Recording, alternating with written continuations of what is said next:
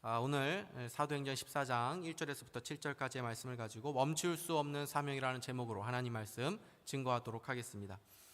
우리가 계속해서 사도 바울과 사도 바나바 이 팀의 선교 1차 여행을 이제 살펴보고 있습니다.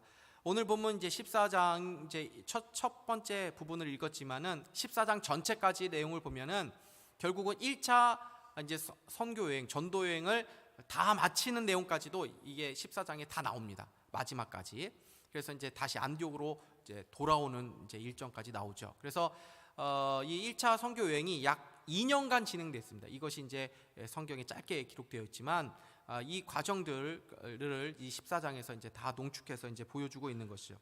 그래서 지도를 보시면 이 바울과 바나바의 1차 선교 여행 루트를 이제 알 수 있죠. 그래서 안디옥에서 이제 출발을 이제 쭉 하지 않습니까? 그래서 녹색을 보시면은 이제 출발이 이제 녹색부터 시작을 한 것입니다. 그래서 구브로 섬에 있는 이제 바보를 거쳐가지고 이제 그 위쪽으로 해가지고 이제 버가 그리고 BCD 안디옥 지난주에 살펴봤죠. BCD 안디옥 내륙으로 이제 들어갔죠.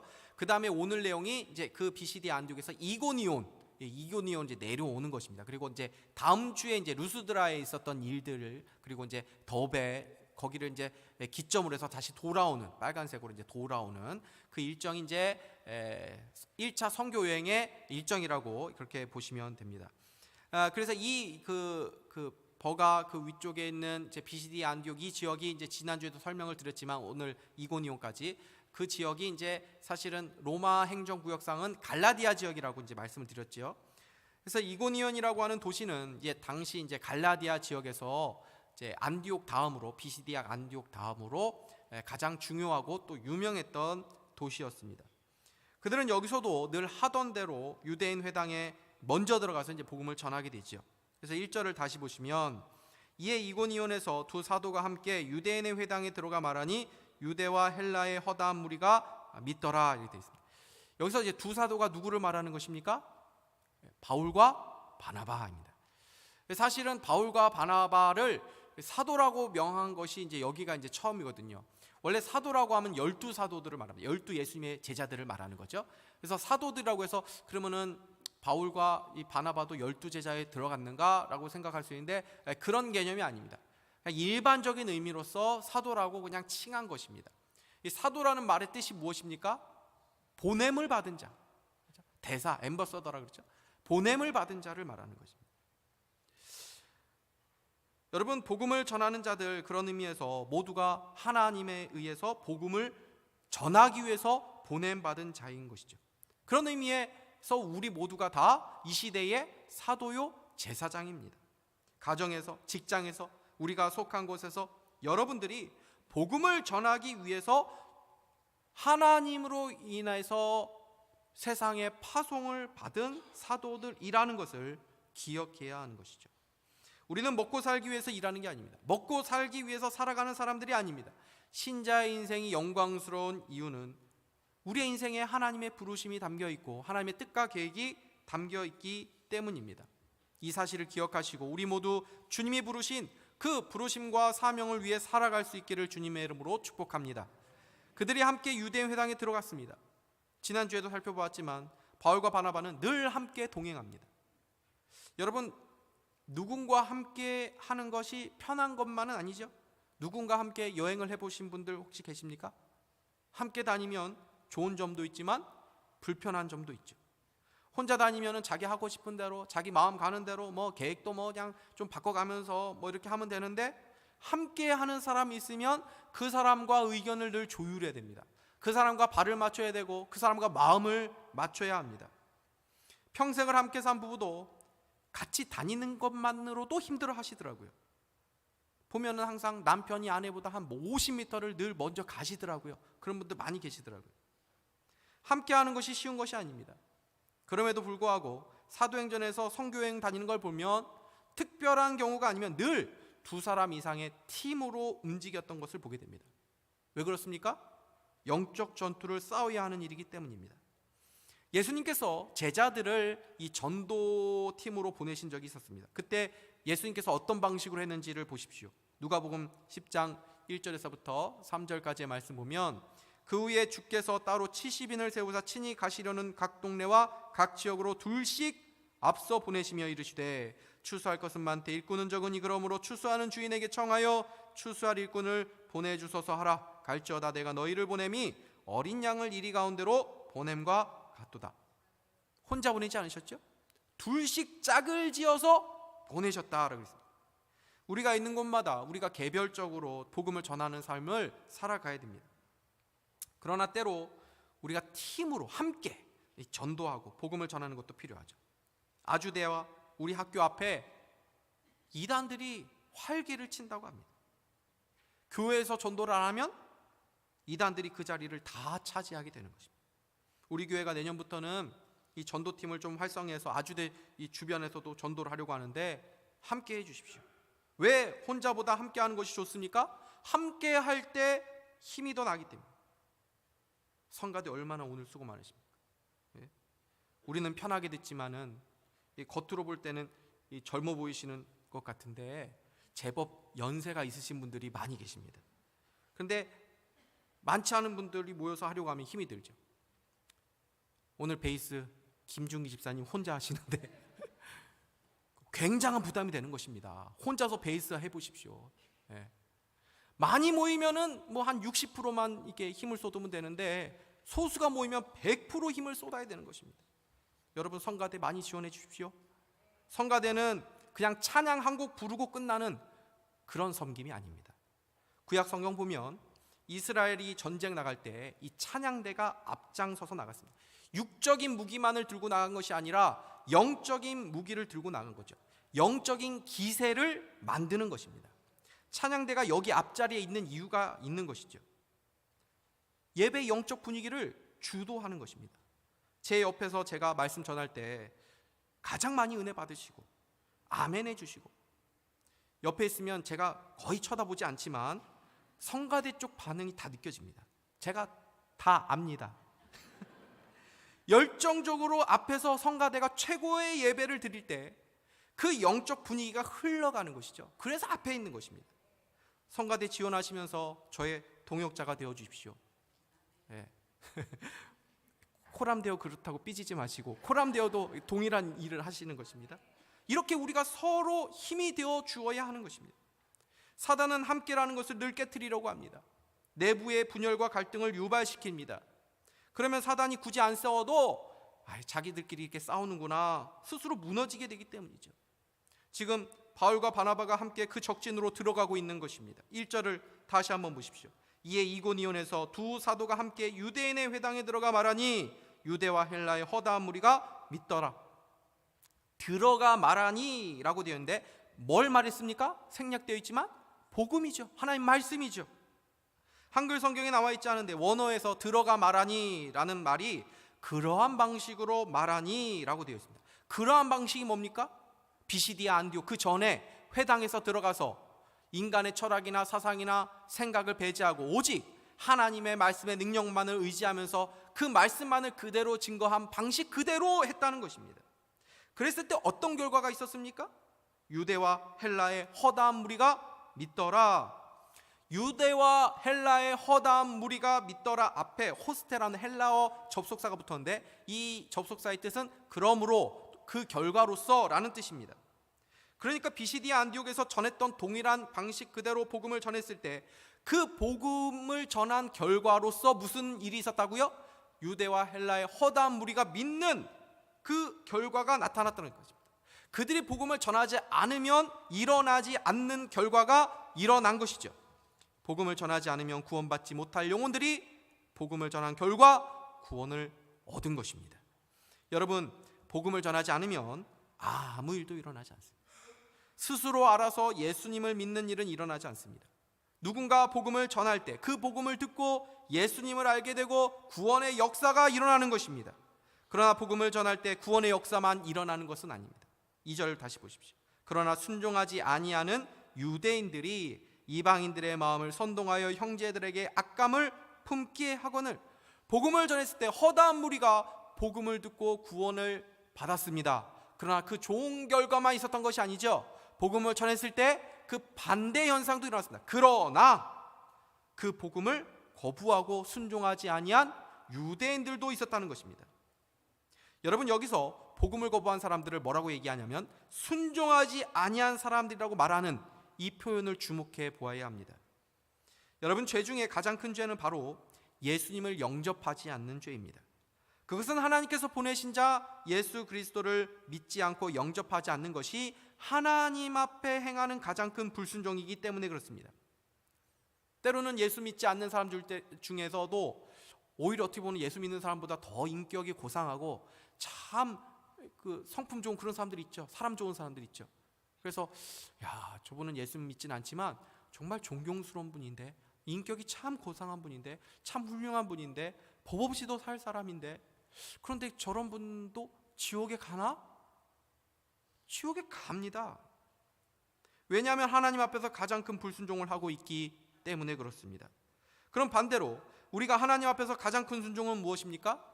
하나님이 우리를 위해서 보내신 구원자 예수 그리스도를 믿는 것입니다. 그분을 영접하는 것입니다. 그러면 하나님께서 그것을 우리의 가장 큰 순종으로 받아주시는 것이죠.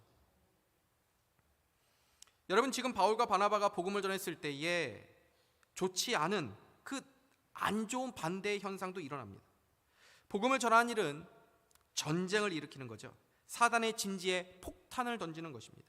그러면 사단이 가만히 있습니까? 저항과 공격이 일어나는 것입니다. 마태복음 10장 34절에서 36절 말씀 우리 같이 한번 읽어보도록 하겠습니다. 시작. 내가 세상에 화평을 주러 온 줄로 생각하지 말라. 화평이 아니요 거물주로 왔노라. 내가 온 것은 사람이 그 아버지와 딸이 어머니와 며느리가 시어머니와 불화하게 하려 함이니 사람의 원수가 자기 집안 식구리라. 여러분, 좋은 게 좋은 거라고 괜히 뭐 이렇게 분란만 일으키냐, 그냥 덮고 넘어가자, 그냥 조용히 있자, 이게 화평이 아닙니다. 죄악된 세상을 살아가면서 죄를 짓는 그 사람들과 함께하면서 거기에서 내가 아무런 불편함도 느끼지 않고 아무런 마음이 없다면 그거는 성도로서 잘못 살아가고 있는 거죠. 막 큰 소리 내면서 싸우라는 게 아니라 영적인 싸움을 싸워야 된다는 것입니다. 주일은 항상 반대와 고난도 따른다는 것을 우리는 기억해야 됩니다. 하나님께서 바울에게 이방인에게 복음을 전하도록 문을 열어주셨습니다. 기회를 주셨습니다. 그러나 그렇다고 해서 위험과 고난과 어려움이 그의 앞에 없었던 것이 아니셨죠. 바울은 모진 고난과 위험을 숱하게 겪었습니다.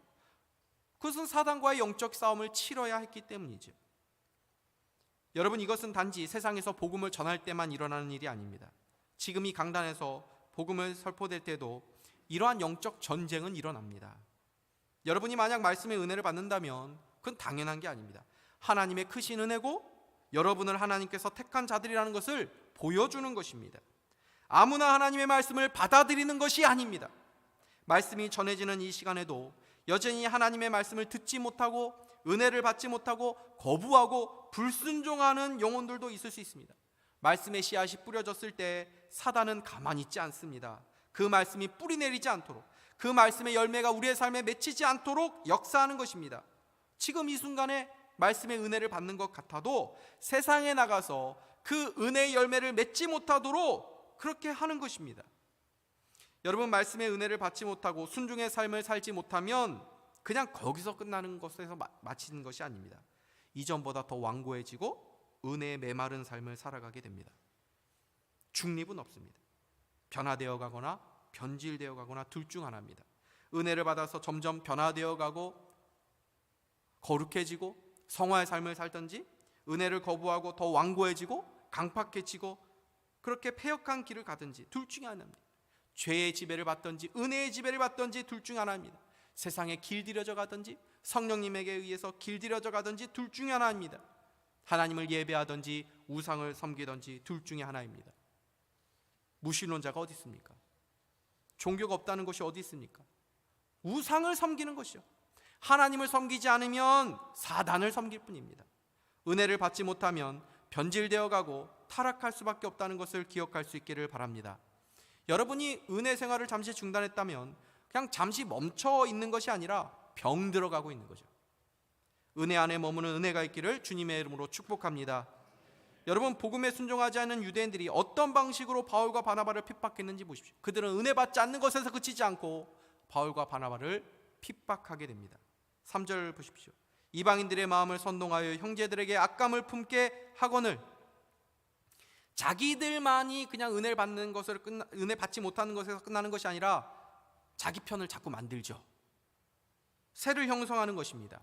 주님이 함께 동역하면서 주님의 일을 하는 것처럼 사단도 자신의 세를 형성해서 주님의 일을 방해하는 것입니다. 어떤 방식으로 자기 편을 만들었습니까? 선동하는 방식으로.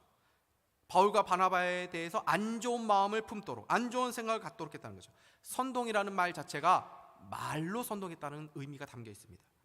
여러분, 바울과 바나바는 말로 복음을 전했습니다. 생명을 구원하고 영혼을 구원하고 하나님의 나라를 세우는 일을 했습니다. 그러나 사단의 도구로 쓰임받는 사람들은 말로 사람들을 선동하는 일을 합니다. 누군가에 대해서 나쁜 마음을 갖도록 그 생각을 오염시킵니다. 자신의 뜻을 관철시키기 위해서 다른 사람을 움직이려고 하는 거죠. 여러분, 이 방법은 사단이 교회를 무너뜨리기 위해서 어느 시대나 가장 강력하게 사용했던 방식입니다. 광야교회에서 모세를 향해서 불평과 원망하는 사람들이 있었습니다. 그들의 원망과 불평은 자기들만에서 그친 것이 아니라 전염되어 갔습니다. 요즘 감기가 유행이라고 하던데 질병만 전염성이 있는 게 아닙니다. 원망과 불평도 영적인 전염성이라는 것을 알아야 됩니다. 원망과 불평하는 사람이 있으면 맞장구 치지 말고 영적인 마스크를 딱 써야 됩니다. 영적인 귀마개를 끼워야 됩니다. 내가 원망하고 불평하면 나에게서만 끝나는 것이 아닙니다. 그 원망과 불평의 소리를 들은 우리 자녀들에게로, 우리 공동체에게로 전염되는 것입니다. 부부가 자녀들 앞에서 부정적인 대화를 나눠보십시오. 대번에 그 자녀들이 그 부정적인 생각을 딱 갖게 됩니다. 학교 선생님에 대해서, 누군가에 대해서 부정적인 이야기들을 자녀 앞에 해보십시오. 그러면 대번에 자녀들은 그 사람에 대해서 마음문을 닫게 됩니다. 원망과 불평이 아니라 소망과 감사와 하나님의 은혜를 전염시키는 우리 모두가 될 수 있기를 주님의 이름으로 축복합니다. 사람들을 선동해서 바나바와 바울에 대해서 악감을 품게 하니까 바울과 바나바가 힘들었겠죠. 근데 바울과 바나바가 어떻게 했는지 보십시오. 3절 말씀입니다. 두 사도가 오래 있어 주를 힘입어 담대히 말하니 주께서 그들의 손으로 표적과 기사를 행하게 하여 주사 자기 은혜의 말씀을 증언하시니. 여러분, 이상하지 않습니까? 악감을 품게 하거늘, 그 다음에 말이 뭐냐면은 두 사도가 오래 있어. 여기 이제 원어가 생략되어 있는데 그러므로라는 단어가 들어있거든요. 그래서 원문 그대로를 번역하면은 악감을 품게 하거늘 그러므로 그들이 오랜 시간 머물러 있었다, 이런 뜻입니다. 환영해 줘야지. 사람들이 환영해 줄 때에 그러므로 그들이 오래 있었다, 이렇게 하면 이해가 되는데 악감을 품고 막 괴롭히고 막 시달리게 하는데 그러므로 그들이 오래 있었다고 하니까 좀 이해가 안 될 수 있죠. 그러나 여기에는 바울과 바나바의 확신이 있었던 거죠. 무슨 확신입니까? 아, 옳거니 이렇게 사람들이 싫어하는 거 보니 사단이 우리가 여기 있는 것을 싫어하는구나, 여기 있는 것을 하나님이 기뻐하시는구나. 그래서 그들이 후퇴하지 않고 계속 그 자리에서 버티면서 영적인 전투를 해나갔다는 것입니다. 여러분, 우리에게도 이런 영적인 지각이 필요합니다. 사단이 우리를 공격할 때 거기에 쉽게 넘어가서는 안 됩니다. 오랜만에 교회에 나왔는데 시험 들 일이 생기죠. 은혜 한번 받아보려고 오랜만에 마음 먹고 뭔가를 해보려고 했는데 안 좋은 일이 생깁니다. 교회에서 안 하던 봉사하기 시작하고 새롭게 신앙생활하고 있는데 안 좋은 일이 자꾸 생기면은 하나님 원망하는 마음 들죠. 하나님 왜 이러십니까? 제가 좀 해보겠다고 하는데 실족하는 것입니다. 여러분, 바울이 그랬다면 벌써 100번이고 1000번이고 바울은 실족했을 것입니다. 거기서 실족하면 누가 기뻐합니까? 사단이 기뻐합니다. 사단이 승리하는 것입니다. 주님을 위해서 충성하는데 어려운 일이 생깁니다. 그럴 때 어떻게 생각하게 됩니까? 아, 사단이 싫어하는구나 하고 후퇴하지 말고 물러서지 말고 더욱 힘내어서 해야 하는 것입니다. 여러분, 우리가 그냥 있는 그대로를 보고 판단해서는 안 됩니다. 내가 여기 있는 것이 불편하다고, 남들이 환영해 주지 않는다고, 내가 여기 있을 이유를 내가 모르겠다고, 그런 것으로 판단해서는 안 됩니다. 내가 원한다고 하고 내가 원하지 않으면 안 하고, 그런 게 아닙니다. 내가 하고 싶으면 하고 하기 싫으면 안 하고 내가 힘들면은 좀 그만두고, 이런 게 아닙니다.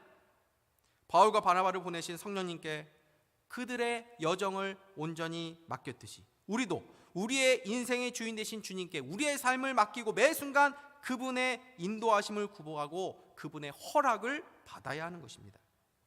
여러분, 사도들이 이런 치졸한 공격과 자존심을 상하게 하는 공격에도 이 일을 계속했던 것은 그들이 뭐 이렇게 무던해서도 아닙니다. 다른 사람들보다 특별히 인내심이 강해서도 아닙니다. 이런 상황에서는 누구나 다 그만두고 싶은 겁니다. 그럼에도 그들이 떠나지 않고 오래 머무른 이유가 무엇입니까? 3절을 다시 보십시오. 두 사도가 오래 있어 주를 힘입어 담대히 말하니 주께서 그들의 손으로 표적과 기사를 행하게 하여 주사 자기 은혜의 말씀을 증언하시니. 여기 주체를 보십시오. 주를 힘입어 담대히 말하니 주께서 그들의 손으로 표적과 기사를 행하게 하여 주사 자기 은혜의 말씀을 증언하시니. 여기서 주체가 누구로 나옵니까? 주님이시죠. 주님이 그들에게 힘을 주었고 그 힘든 상황에서도 복음을 전하는 사명을 계속 감당하도록 하겠습니다. 주님이 자신의 은혜의 말씀을 증언하게 하신 것입니다. 비시디아 안디옥에서는 어떤 기적도 안 일어났었습니다. 근데 여기서는 표적과 기사가 나타났습니다. 그걸 통해서 주님이 그 바울과 바나바에게 내가 너와 여전히 함께하고 있다는 것을 보여주신 것이죠. 그러면서 거기서 복음을 전하는 것이 하나님이 기뻐하신 일이라는 것을 확신시켜 주신 것입니다. 주님이 그들로 하여금 계속 확신을 주고 힘을 주고 위로해 주시면서 그 일을 감당하게 하셨다는 것을 이 구절에서 보여주는 것입니다. 이것이 바로 바울과 바나바를 버티게 한 힘이 됩니다. 여러분, 우리가 무엇을 가지고 하나님의 기뻐하심을 확인할 수 있습니까? 고난이 없고 어려움이 없는 것으로 확인하는 것이 아닙니다. 비록 고난도 있고 어려움도 있고 때로는 자존심도 상한 일도 있지만 그럼에도 그 자리를 떠나지 않고 버틸 때에 하나님이 주시는 은혜가 있음을 경험할 때가 있죠. 하나님의 위로를 경험할 때가 있습니다. 하나님이 힘 주시는 것을 경험하게 하십니다. 그때 확인하십시오. 아, 이렇게 여기에 계속 지속하는 것이 하나님이 기뻐하시는 일이구나. 그것이 바로 우리가 그 자리에 있는 것을 하나님이 기뻐하신다는 증거가 된다는 것입니다. 사명의 자리 지키는 것이 쉽지 않죠. 주일학교, 교사로, 성가대, 찬양팀, 직당봉사, 안내, 대표기도 뭐 하나 쉽지 않습니다. 그런데 그 봉사 사명의 자리에 있을 때에 하나님이 주시는 은혜를 경험하는 것이 있죠. 그 사명을 감당하는 사람만이 아는 은혜와 위로가 있는 것입니다. 이 일을 했는데 결과가 좋았는가? 결과가 안 좋았는가? 이것으로 하나님의 뜻을 판단해서는 안 됩니다. 많은 사람들이 결과를 보면서 판단할 때가 많습니다. 결과를 보면서 기뻐하거나 결과를 보면서 낙심합니다. 그러나 바울과 바나바는 복음 전도의 결과를 본 것이 아니라 지금 자신이 하고 있는 이 일을 시키신 분, 지금 자기가 이 자리에 있게 하신 분이 누구신지 그 하나님을 보면서 그 결과 상관없이 도망가지 않고 사명을 꿋꿋하게 감당해 나갔다는 것입니다. 우리 마지막으로 5절에서 7절 말씀을 한번 같이 읽어보도록 하겠습니다. 시작. 이방인과 유대인과 그 관리들이 두 사도를 모욕하며 돌로 치려고 달려드니 그들이 알고 도망하여 루가오니아의 두 성 루스드라와 더베와 그 근방으로 가서 거기서 복음을 전하니라. 아멘. 바울과 바나바가 끝까지 버티니까 이 사람들이 악에 받쳐서 결국 이들을 막 돌로 쳐서 죽이려고 하죠. 여러분, 바울과 바나바가 그곳에 있으면서 주님이 그 은혜를 주셔서 기적과 표적이 나타나게 하셨죠. 그럼에도 그들은 그 복음을 받아들이지 않았습니다. 오히려 더 강팍해져서 그들을 죽이려고까지 한 모습을 보입니다. 여러분, 우리가 때로는 하나님의 놀라운 기적을 원할 때가 있죠. 하나님이 이런 기적 한번 보여주시면 우리 강팍한 우리 남편이 그냥 바로 돌아올 텐데, 이 기도 응답 한번 해주시면은 그렇게 다들 살아계신 하나님을 알 텐데, 나도 그렇게 기적을 보면은 더 예수님을 잘 믿을 텐데, 이런 생각을 할 수 있습니다. 그런데 기적에서 믿음이 나오는 것이 아니라는 것을 여기서 알게 됩니다. 여러분, 만약 제가 여기서 막 병을 고치고 뭐 여러 가지 막 은사들을 나타낸다고 해보십시오. 그러면 이 지역에 무좀 걸린 사람까지도 다 찾아올 수 있습니다. 그러면서 예수님과 복음에 대해서는 관심이 없고 저한테 막 기도만 받으려고 하겠죠. 어떻게 하면 이종필 목사한테 기도 한번 받지? 여러분, 기적이 일어난다고 해서 예수님 믿을까요? 그렇지 않습니다. 하나님의 말씀을 듣는 것에서 믿음이 생기는 것입니다. 여러분의 시간과 에너지를 기적 바라는 데 쓰지 마시고 하나님의 말씀에 쓰시기를 바랍니다. 결국 바울과 바나바는 그곳을 떠날 수밖에 없었습니다. 그들이 목숨을 부지하기 위해서 떠난 게 아닙니다. 하나님께서 그들로 하여금 다른 곳으로 도망가도록 한 것입니다. 6절 말씀 보시면 그들이 알고 도망하여 라고 말합니다. 이것은 하나님께서 바울과 바나바에게 그 위험에서 벗어나도록 누군가를 통해서 알려주셨다는 것을 말해주는 겁니다. 위험과 고난 속에서도 하나님이 그들을 보호해 주신 것입니다. 여러분, 그 뒤에 그들의 행적이 무엇입니까? 6절에서 7절 말씀 보십시오. 그들이 알고 도망하여 루가오니아의 두 성 루스드라와 더베와 그 근방으로 가서 거기서 복음을 전하니라. 여러분, 돌에 맞아 보신 적 없으시죠? 혹시 있으십니까?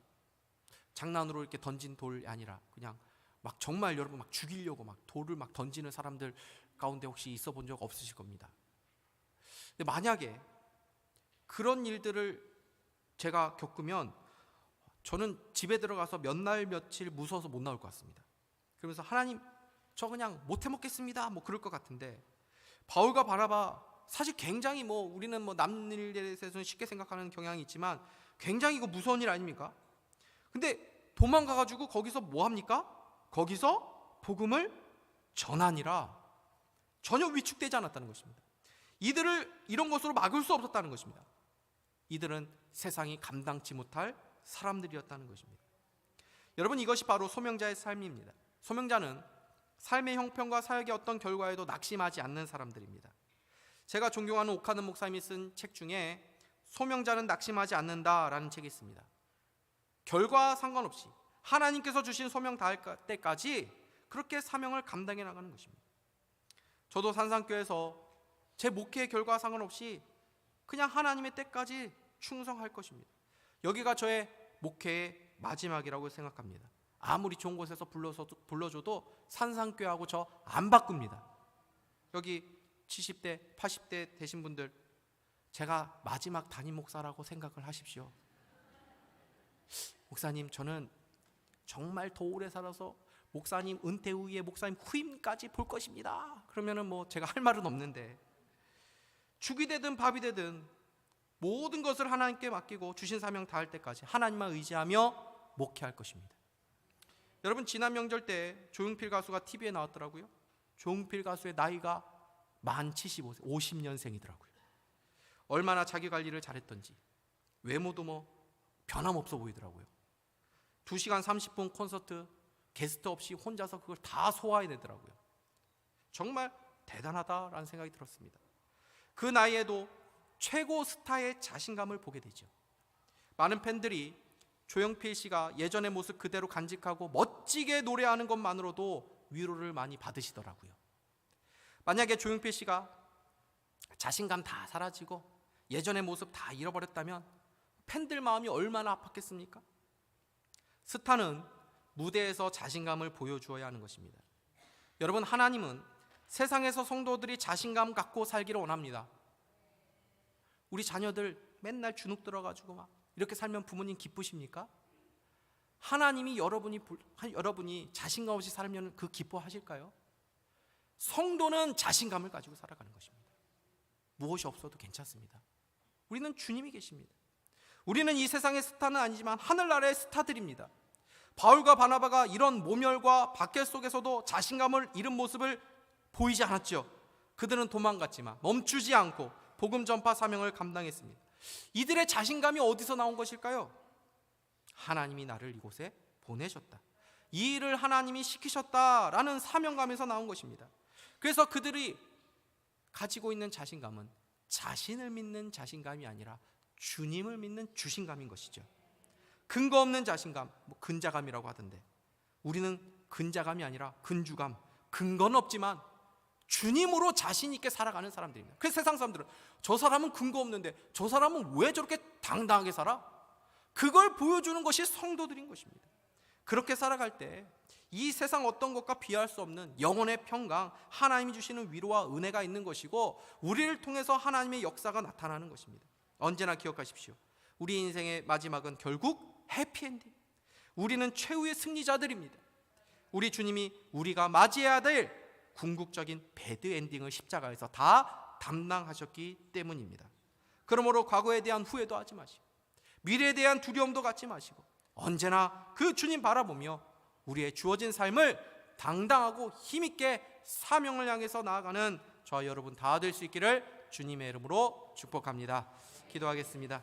하나님 아버지 감사합니다. 이 시간에도 하나님 말씀을 통해서 우리를 깨우쳐 주시고 우리가 이 세상에서 어떠한 존재로 또 어떠한 자세로 살아가야 될지 알게 하여 주셨습니다. 바울과 바나바 같이 우리를 얽매우고 우리를 사방에서 우겨싸는 하나님 그런 삶을 살아가고 있지만 하나님 포기하지 않고 이 주님을 믿는 자신감을 가지고 주의 사명을 향해서 더욱더 힘있게 나아가는 저와 우리 성도님들 다 될 수 있도록 은혜를 베풀어 주시옵소서. 예수님의 이름으로 기도하옵나이다. 아멘.